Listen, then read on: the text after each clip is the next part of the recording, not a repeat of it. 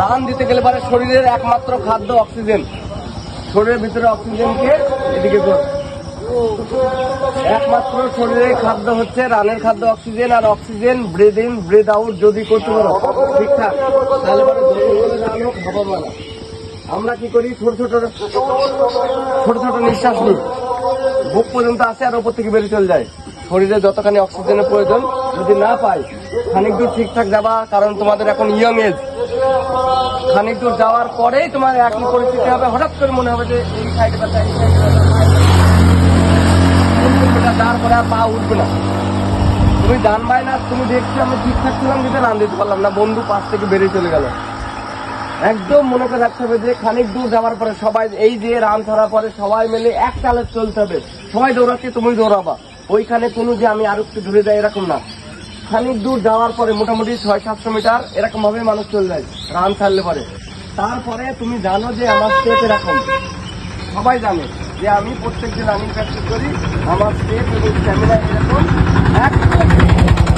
এই পদ্ধতিতে নতুন স্টেপ নিতে হবে, হিসবানা টাকাতে হবে, চলতে থাকতে হবে। বডি ওয়েট যত নিচে দিবা তত পা লম্বা হবে, আর বডি ওয়েট যত সামনে রাখবা তত কি হবে, পা যতই তোলো এখানে এসে পড়বে। এইটুকু পা পড়লে রানে পাস হবে না, পা এরকম ভাবে ফেললে রানে পাস হবে না, পা সুদা ফেলতে হবে, এরকম ভাবে ফেলবা, সুদা ফেলবা, বুঝছো? এখান থেকে এই অ্যাঙ্গেলটা কত, 4 আঙুল হলো।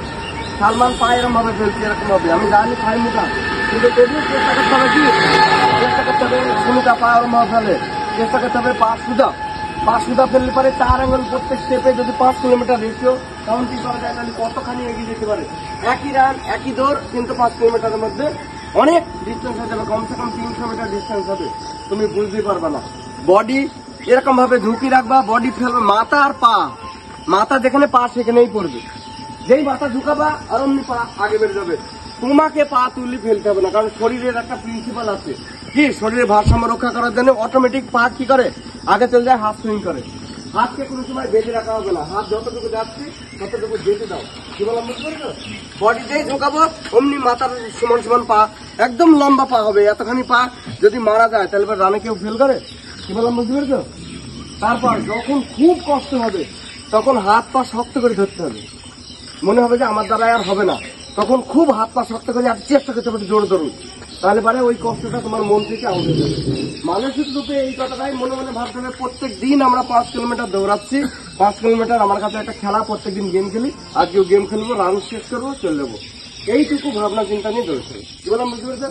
বাকি কোনো টেনশন নেই। লাস্টের দিকে যখন শেষে 300-400 মিটার থাকে না, তখন শরীর বুঝতে পারে না আমি দৌড়াচ্ছি কি দৌড়াচ্ছি না, কারণ কম্পিটিশনে দৌড়াচ্ছি না, তার আগে শরীরের এনার্জি শেষ হয়ে যায়, তখন শরীর হাওয়ায় ছোটে। কি বললাম বলছি, তখন আর তুমি দাঁড়াতে পারবে না। কিন্তু 300 মিটার লাস্ট, ওই 300 মিটার পর্যন্ত তোমাকে আসতে হবে। কি বললাম বুঝতে পেরেছো? ওই 300 মিটার যদি তুমি আসতে পারো, ওই জায়গায় তোমাকে কোনো স্টাফও দাঁড়াতে দেবে না, কোনো ছেলেও যে দড়ি তোমার পাশ দিয়ে যাবে সেও বলবে ভাই আয় আয় আয়, এইটুকু আছে, এরকম যে কথাগুলো শুনতে আবার রেখে দিতে হবে। এইটুকুই হচ্ছে রান, বাকি কিচ্ছু না। 5 কিলোমিটার রান আজ পর্যন্ত যে সমস্ত মানুষ প্র্যাকটিস করেছে তারা কেউ ফেল করেনি।